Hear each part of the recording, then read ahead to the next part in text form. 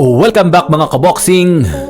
So halos 2 linggo na nga lang po ang aantayin ng maraming boxing fans para makitang muli na lumaban sa ibabaw ng lona ang 4-division world champion at 2-division undisputed champion at tinaguriang halimaw ng Japan na si Naoya the Monster Inoue kontra former unified super bantamweight champion Morunjon Akhmadaliev sa kanilang bigating sagupaan ngayong paparating na Setyembre 14 sa IG Arena, Nagoya, Japan.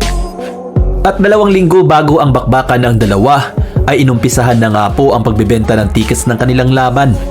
Ngunit tila dinaiba nga po ang pila ng mga nag-aabang ng ayuda dahil sa sobrang daming nag-abang ng mga boxing fans para lang makabili ng ticket sa laban ni Inoue. Dahil ayon nga po sa report, sa loob lang ng 10 minuto mga kaboxing ay naubos agad ang 70,000 na piraso na tickets. Napakagandang balita ito kung tutuusin para sa mga manager at promoter ng dalawang kampo.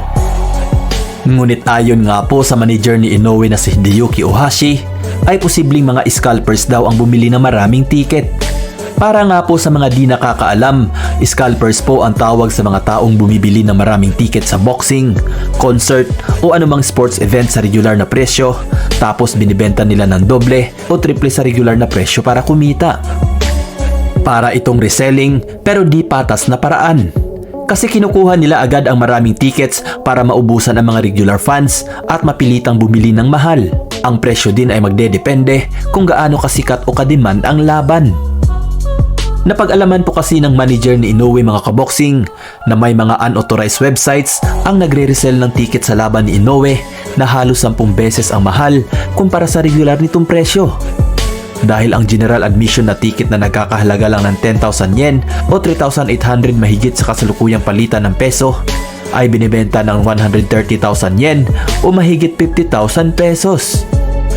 Samantalang ang VIP naman na nagkakahalaga lang ng 77,000 yen o mahigit 29,000 pesos ay binibenta ng mga scalpers sa halagang 320,000 yen o mahigit 123,000 pesos.